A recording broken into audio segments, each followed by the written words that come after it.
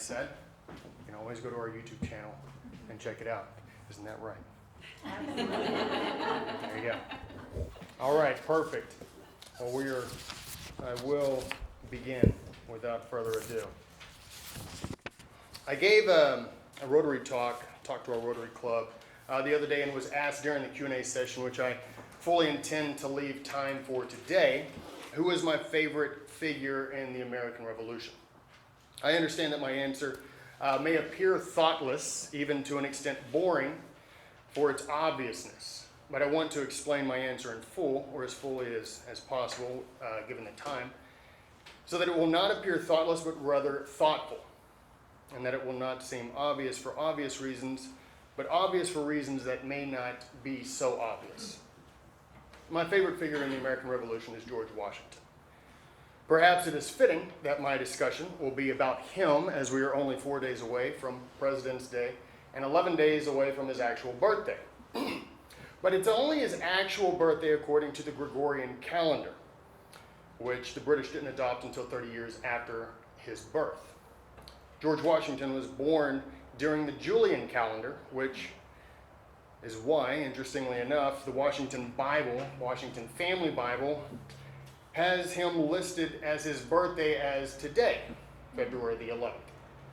So as Washington would have indicated, perhaps our meeting today is due to divine providence. So it is the totality of Washington that makes him my favorite historical figure. It is not about his positions of power, from the Commander-in-Chief of the Continental Army to the first President of the United States under the new Constitution.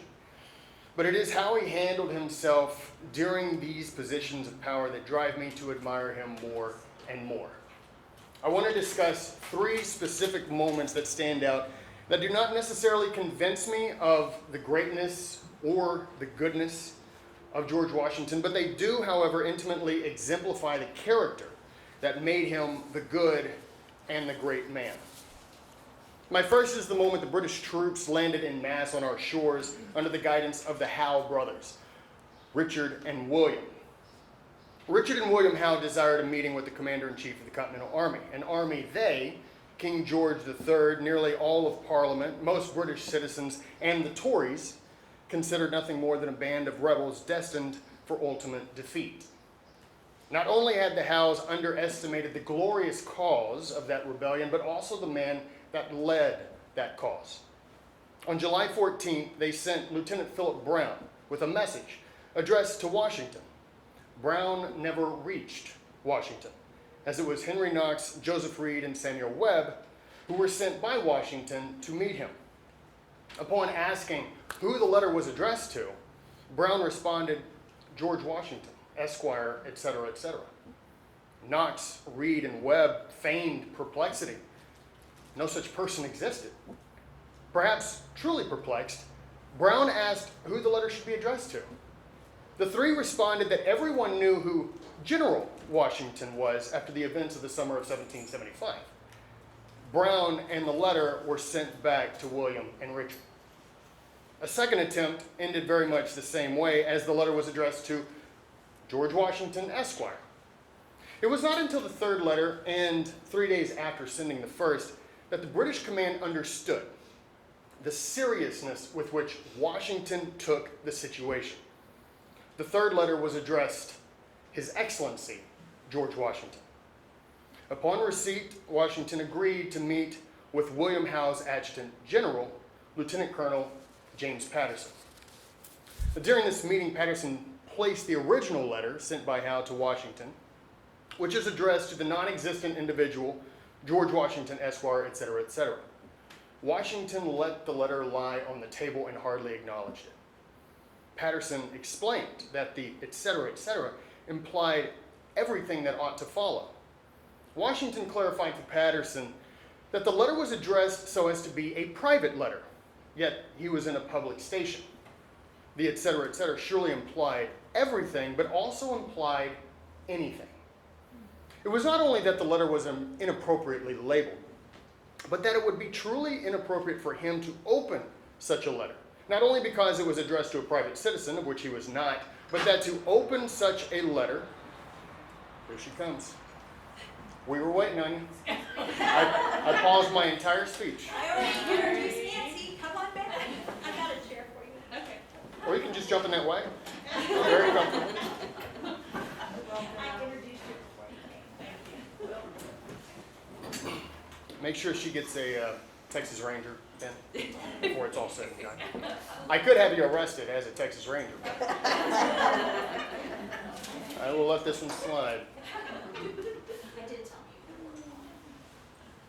But it was not that the letter was inappropriately labeled, but that it would be inappropriate, truly inappropriate for him to open such a letter, not only because it was addressed to a private citizen, of which he was not, but that to open such a letter would demean his position. And to acquiesce to such an insult, real or implied, would to demean his officers, his army, Congress, and most importantly, the cause for which they were fighting. Therefore, this moment with the letter was not simply about demanding respect for his position, as may easily be perceived on its face. And it should also be kept in mind that Washington received Patterson on July 22nd, less than 3 weeks after the Declaration of Independence was announced. If there ever was a time to demand everyone, friend and foe alike, to accept the gravity of the situation and to compose themselves accordingly, it was now. Washington understood the fragility of situation. His situation and that of the new nations could easily be undermined through even the slightest misperception by his enemies and his fellow patriots. With the weight of the free world riding on his shoulders, Washington was necessarily conscious of every detail, even those that appeared trivial. The second moment came during a low point in Washington's command, yet a very high point for the Continental Army and the new nation. It was General Horatio Gates's victory and surrender of General John Burgoyne's army at Saratoga in October of 1777. It was this victory that convinced the French to accept our independence and to begin helping us militarily. This was the high point. The low point. After the Christmas miracles of 1776, Washington's 1777 was less than miraculous. He had undergone a number of defeats. Congress had just fled Philadelphia due to the British taking the city. And now all eyes were on the success of Horatio Gates, who was a known commodity, a proven general, and for Washington's critics, a happy alternative. Washington was aware of the critics in Congress and even in the Army, the aforementioned Joseph Reed being among them. Critics, on one hand, are understandable, even acceptable for men of character. A cabal, on the other hand, is not. And after the victory at Saratoga, 3 generals, with the support of numerous members of Congress, would begin a pincer movement to undermine and even attempt to remove Washington from command and replace him with the victorious Gates. These 3 generals were Gates, Thomas Mifflin, and Thomas Conway. After a week of negotiations, Burgoyne signed the Articles of Surrender on October 17th, ending the Battle of Saratoga. Washington would receive word on October 18th, not from Gates, but from Governor George Clinton of New York. A week later, in a letter to John Hancock about a shortage of supplies, Washington mentioned in passing that he had yet to hear from Gates about the surrender. Hancock replied that he too had yet to hear from Gates. Washington also discussed his frustrations with Israel Putnam and Richard Henry Lee. And it was not until November 2nd before Gates would send a mere 3-sentence letter to Washington, his superior, regarding the single biggest development of the war. Washington fumed, but not publicly, nor even to the offending general. Gates had sent his aide, James Wilkinson, to inform Congress of the Saratoga news. When Wilkinson, known for his loose-lipped nature, arrived in Reading, Pennsylvania, he ran into the aid of Lord Sterling and began discussing the harsh comments Gates had made of Washington's leadership at Brandywine Creek. Wilkinson also showed Sterling's aide a line in a letter from Thomas Conway to Gates that read, Heaven has been determined to save your country, or a weak general and bad counselors would have ruined it. Sterling informed Washington of what Wilkinson had said and shown to his aide. When Washington confronted Gates about the letter from Conway, Gates feigned outrage, suggesting it was impossible, and even that it was most likely Alexander Hamilton who had copied this forgery. Hamilton had recently visited Gates upon request by Washington. It must have come as quite a shock when Washington informed him that the wretch and traitorous thief, as Gates had called the person, was in fact his own aide. It may have been pleasing to inform Gates of this, but it could not have alleviated the worry or resentment he felt about two generals colluding against him. Washington, known to be a perceptive judge of character, was already aware of the shortcomings of Gates and Conway. His study of Mifflin would prove no different, though he found it all the more disturbing that he would be betrayed by one of whom he had befriended and placed as one of his initial aides. When Congress reorganized the Board of War from the Legislative Committee into an executive agency, it placed Thomas Mifflin in it, and Mifflin would ensure that Gates would be the board's president. Though Gates would remain a major general, his new position established a supervisory role over Washington. A few weeks later, the Board of War created an inspection system, naming Conway as its inspector general. Washington could see the writing on the wall, especially after Conway was promoted to major general, a position Richard Henry Lee had assured Washington only 2 months prior Conway would never receive. Yet Washington pressed on, continuing his war against the British and not Congress, nor against those who represented what would later be called the Conway Cabal. When Conway arrived at Valley Forge, he indicated he was coolly received, an accusation Washington had no reservation in accepting. Conway wrote to Washington in complaint, suggesting the conflict stemmed from the infamous letter to Gates, but that Washington should take the least notice of the comment. He ruffled Washington even further by asking rhetorically if such an odious and tyrannical inquisition must begin in this country. Conway would soon exit Valley Forge, and he would later be assigned to New York as the Board of War would come to an end. This would also dissolve Mifflin's and Gates's position over Washington. Regarding Mifflin, he would soon be forced to resign as quartermaster general amid charges of mismanagement, which tarnished his reputation.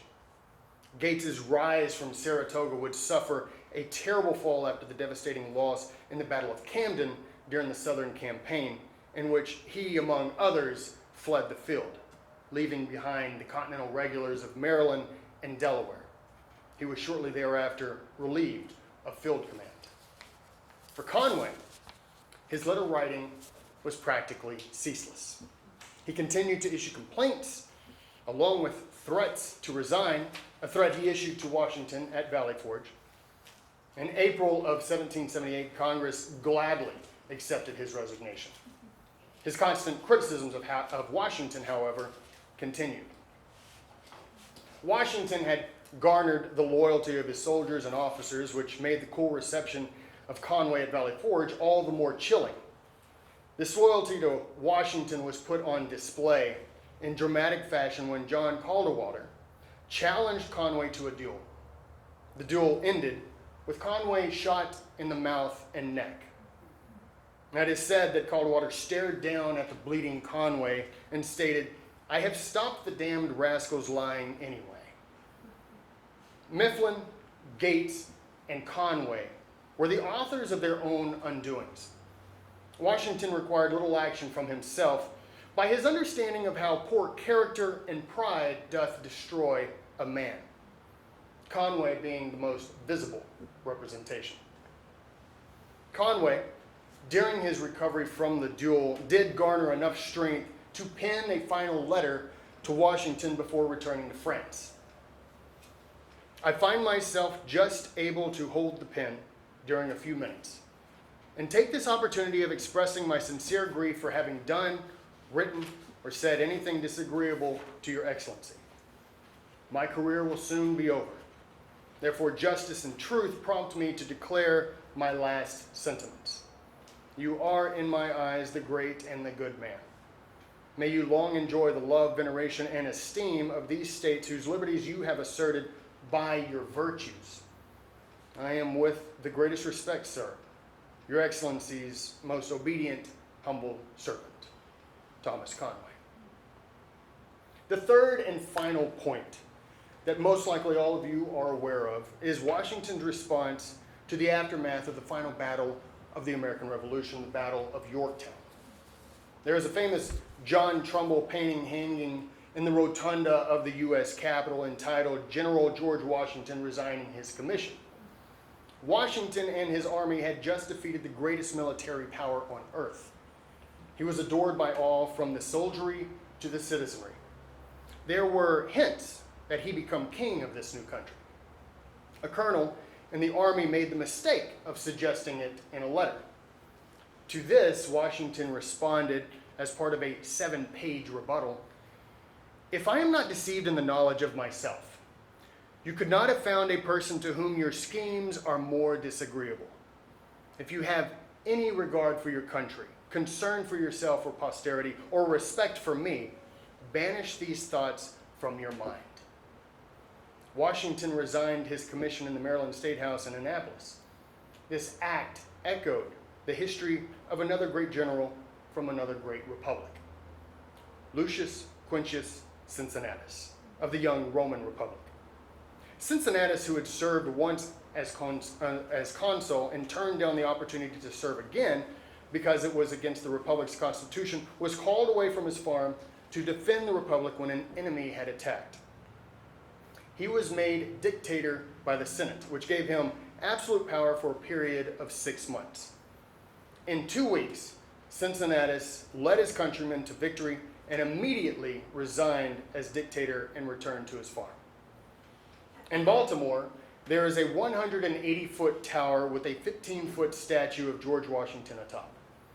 Washington, instead of being adorned in his military uniform, is in a toga, a direct reference to the great Roman Cincinnatus. And Washington, like Cincinnatus, understood his country's liberty would require he also deny the lust for power.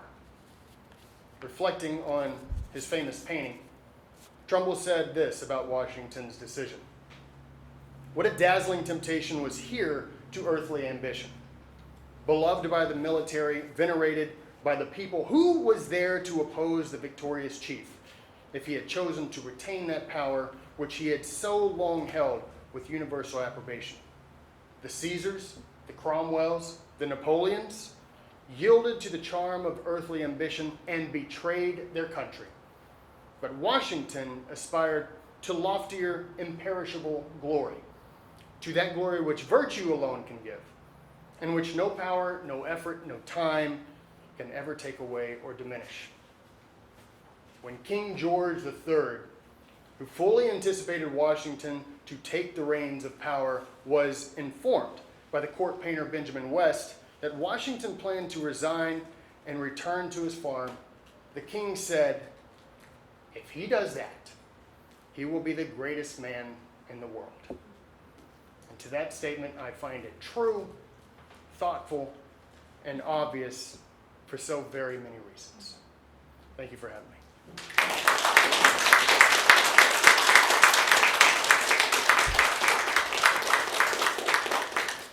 And as promised, if anyone has any questions about what I do, the history show or history in general or Washington, please feel free to. Where is that statue you referred to? It's in Baltimore. Baltimore? Mhm. It's still It's still standing. Yeah, I think the 180 foot is a little intimidating for too many people. But yes, in Baltimore. don't go at night. Okay. No. Anybody have any other questions? Your weekly podcast, when is that on? I mean, is that on at a certain time or? You can go to the podcast if you listen on Apple or Stitcher, Spotify, Google. It's all of our episodes are on there. You can listen to them at any time. New ones come out on Mondays at 6 a.m. Okay. Yeah, and we're now recording them video-wise and putting them up on YouTube. So if you don't listen to podcasts and you want to just go to YouTube, you can listen to our podcast on our YouTube channel. That goes up around Monday evening or whenever I get around to doing it. So, yeah. What are some of the subjects you cover? Well, it is a history show, which is primarily focused on Western civilization. So my friend Alan Joaquin is incredibly, he just knows a lot about Western civilization, going all the way back to the ancient Greeks and all the way moving forward. So we are able to cover a lot of topics. We typically what we usually do in our conversations is we take what is happening today. There's a lot, unfortunately. But we take what's happened today and then we apply it to things that have happened in the past. Which, if you know history, and I think everyone here is probably alarmed at the things that are going on in this country, but when you apply it to history, it is a bit more alarming. Because as George Santayana said, if you don't remember your past, you're doomed to repeat it. And Mark Twain said, history doesn't repeat, but it rhymes. And I don't like the poetry of the history that we're running into. So. All right. Where do you think your love of history came from? You know, honestly, I think it came from being in a pastor's home and reading the Bible so much and being engaged in those stories. The stories and the Kings and the Chronicles and 1st and 2nd Samuel are really, I think it gives you a love for history, but also drama. And speaking of the Bible, anybody who ever says that the Bible is a boring book probably hasn't read it or hasn't read the good stuff. So, yeah, because it's amazing. But yeah, I would say that was it, because for a long time it was. You know, I was a writer and in journalism, and I primarily focused on fiction. But I always really liked the classic fiction. My parents, especially my mom, she says that I am an old soul, and I think I am because I like the old sports. You know, I love boxing and I love baseball. And so I think eventually it was just bound to happen that I would fall in love with history. Do you ever think you might run for office one day? You know, as often as I say no, I continue to. I do a Thursday night show on Instagram, a live show, and I'm constantly telling people who are on the show, you know, they're listening. I'm like constantly encouraging them to get involved politically in some way. So I don't want to, but I'm afraid that. I may end up having to, along with a lot of other people who are truly concerned about the preservation of this country. And I think in various parts that is gone. And I think Texas is sort of that last bastion. I know we have the South and the Midwest who sort of hold on to the things of the history of this country. And even in the Northeast, there are a lot of people there, but the powers that be sort of force your hand into making that type of decision. So as much as I would not want to, I consider it as a viable option now. Well, let us know. Thank you, Linda. Welcome. I'm ever at the ready. God bless you. What church do you pastor? Oh, I'm not passionate. He's not pastoring anymore, yeah. He hasn't pastored in quite a while, so, but yeah. And have you seen the baseball room on the way to the bathroom? I did. Oh, I made sure I didn't want you to to keep leave my it eyes like open that, when I walk through. Yeah, but I'm gonna definitely check it out once we are all settled. So, Any other questions? all right. I do have a comment. Okay, here we go.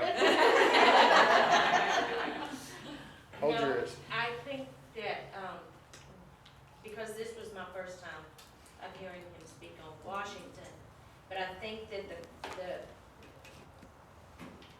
the mere fact of President Washington being such, the integrity and the character that he was just solid, he couldn't be bought. And that's, I want to say thank you for portraying that, because I haven't heard you speak on Washington. And that is just the character of the man. My mother, everyone. Thank you.